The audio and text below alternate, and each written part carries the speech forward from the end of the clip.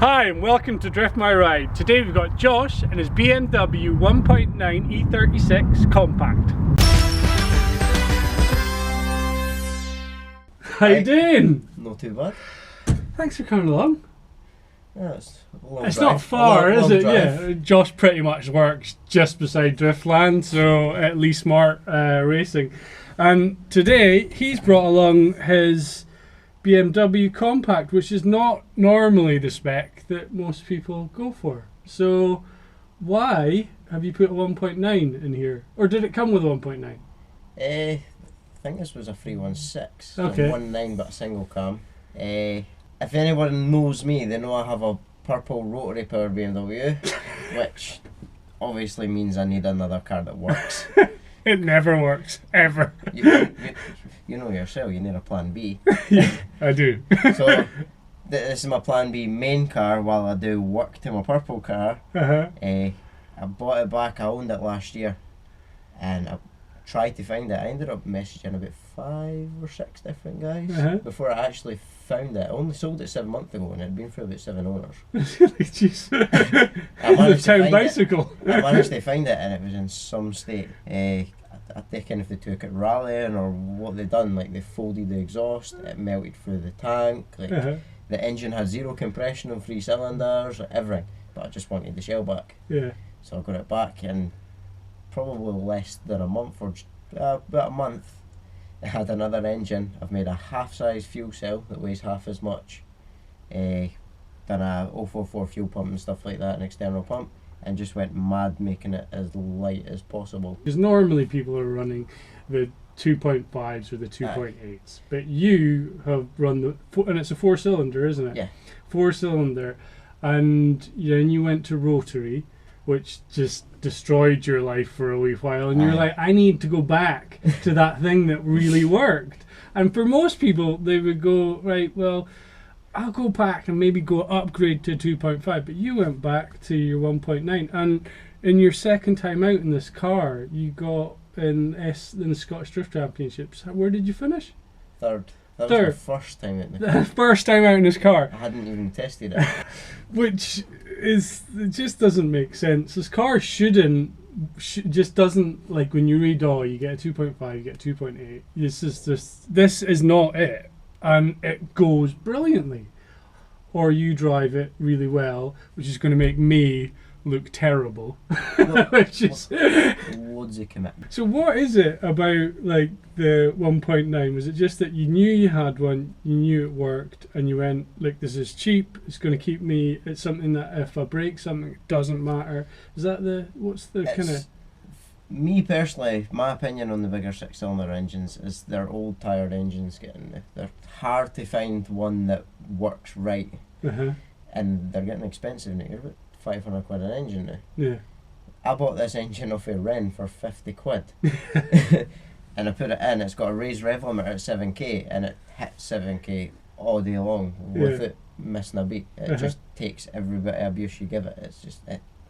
So it's that BMW reliability, you sacrifice a bit of horsepower, but it's not even a massive amount of horsepower either. So 138 brake. Yeah, 138 brake. So I'm gonna find, it'll be interesting when I drive it how much torque that actually is. But it's not. I thought it'd be a lot less than that. Oh, it's not as bad as people, like the amount of people that used to scream, oh, you'll never drift a 1.9, there's not enough power in a 1.9, and I'm just like, I managed to spin up big chromey 17-inch wheels on the back of one while competing. It's like I put a shorter ratio diff. It's a 3.9 diff from an E30. So a nice shorter ratio diff, that wakens it up a lot. A lightened flywheel can help, but I've not even got one in this because it was too last minute. And like I say, I've lightened the car up as much as possible. So what have you done to lighten this thing up? The doors are semi-skinned. They've got like a double skin front and back, and the crash bar protection, so you're still safe. But I've taken all the inner skin out. It's got plastic windows all around it. It's 2mm and 3 of them. Even the steering wheel weighs nothing. It's got holes in it and everything. Like, did you drill these holes, or is this the steering wheel comes like that? The steering wheel comes like the heaviest part's the boss kits on the back of it. Even the seat rails are like alloy seat rails that are made by me up at LSR. Everything's been cut out. Everything. Every panel, and you've also done some stuff as well just to make it a bit easier to work out. So you, like in the engine bay, you've cut out the front parts of the arches. That's all cut out. It's just easier for doing alignments and stuff when the car's on the ground. If you're like between runs, or if you have damage and you need to line something up, you can't reach under a lowered car with a kit one. So it means you can play a bit with that. Done a big radiator and expansion tank, so it keeps itself. I need to turn the fan off sometimes to get it up to temp. So the other thing that you've done that's quite individual to this car, well, to the cars, you made your own body kit as well, haven't you? Yes. Again, I've made that at my work at LSR. It's 0.5 alloy sheet, and then I've just managed to like do all the folds in the edges and then shape it the way I want it, cut it down. It actually weighs half as much as a standard side skirt. And if you use any fiberglass kits, they tend to be heavier than the standard stuff. So I've managed to even lose weight for your like average like fiberglass kit. What size of wheels are we running? They're 17 by 9 ET7 rears and 17 by 8 ET9s on the front. They're custom works, so probably the most expensive part of the whole car. Maybe worth more than the car. The car was 280 quid I paid for it. The wheels were 2 and a bit grand. So it's like a few of the cars I could probably you could swap a wheel in the pits and get a car. Now, with what kind of tire pressures would you run on this? It depends. On shift lock, I'd probably go as low as, like, you can maybe even push 20 psi or something. You're still, even with it, still you bring get them that down. slow. I'd like to make it easier. It all depends on the layout and stuff. To make them easier in the dry, I tend to run, like, I could run it. I was running 40, 45 at STC day. But it can just depend on the layout and like even like on how many people are in it. When you're in a car at that lower power, you need to watch for like. I've stiffened up the back coilovers and I'll probably stiffen up the front as well to help with the fact that like you've got extra people in the car. It makes it a bit easier to drive. So you have to drive the car depending on the size of your mate who got. Aye, like if you like look at it the wrong way, you need to set it up a different way. Well, I think we might as well go and see if I can actually pedal this thing. I don't know if I can. I don't know if I'm going to be able to. I'm like, I reckon I'm just going to have to throw a brick at the accelerator and see what happens. You'll be surprised. It's not as bad as what you think. The steering's quite. It's my own hubs I've made. So I've done them to what I think feels good as well. So I've added Ackerman and stuff. That's going to be interesting to have a shot of as well. It's my own hubs, my own short shifter, like my own everything. I just made that last night. So am I testing your? You're the first. So I miss a gear. Yeah. Miss a gear. It's your fault. You can blame me. Sweet. Done that for you. I'll take all the excuses. Right, let's go. Perfect.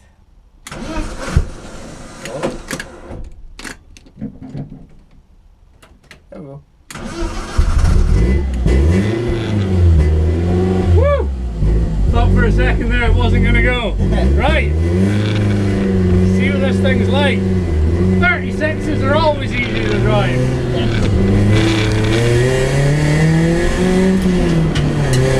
Yeah. Whoa. That'll be reversed.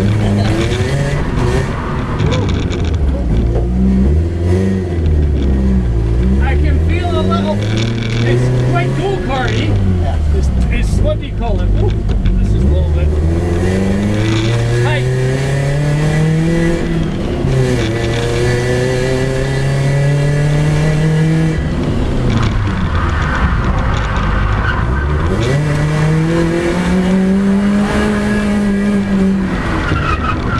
Right. It works a lot better when it's got the revs up high. We need it to be high. That's not the transition as well. Yeah. Right.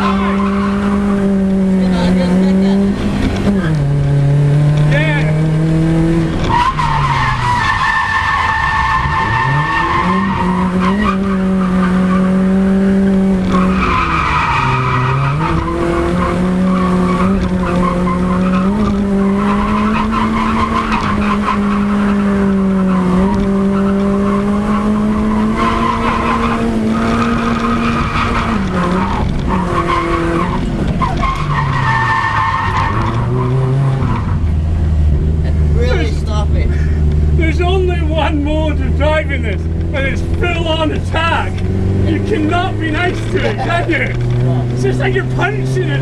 Brutal. The revs. It's just like it's disappearing off the end of it. 7 kilometre comes right off the end of it. Right off the end, it's mental. You're working in such fine margins with this thing, aren't you? Yes. Really makes you drive. I almost lost a battle at SDC for the sake of missing a gear change because of that. Yeah.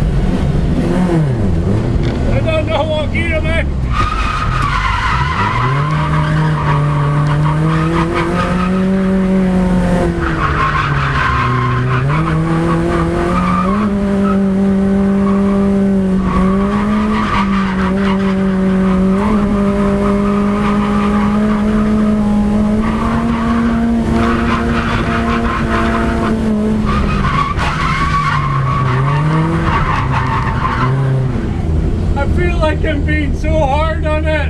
I'm like, oh, she's getting a little bit hot, so I think she needs a little. On that side. Huh? On that side. 49. That's fine. Fine. Fine. Oh, just like I've never had to work a clutch quite as much. So obviously you have to because it's not got quite the power to do it. But once you get like those moments of like, right, oh she's dying, I'm going for a gear change. It's not the gear change, just kick the clutch again. Just like bang, bang, bang, attack. That gauge was never accurate, that's why I put that other gauge in it. Yeah. 49 you're fine. 49 we're fine, right. Have a little play and then see how we get on. Oh, hang on, that gear won't work.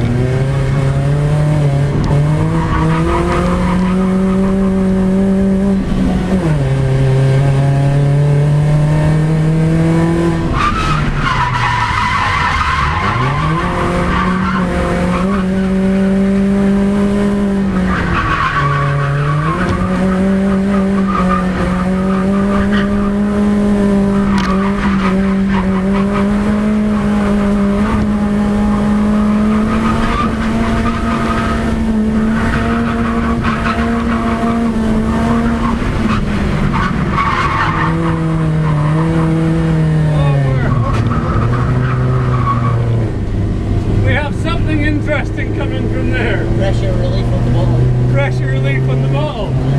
Right. I think since the pressure needs relieved, we might just call it there. Awesome, dude. Absolutely awesome. That's a good pilot. Oh, so much fun. Like, brilliant. Absolutely brilliant, bud. Thank you so much for giving us a shot at that. This car is really pretty much underpowered, but I don't think I've had much more enjoyment in a car in a long time. Makes you work for it and you love it for that. Can you torque this thing? It has a torque. It has a torque.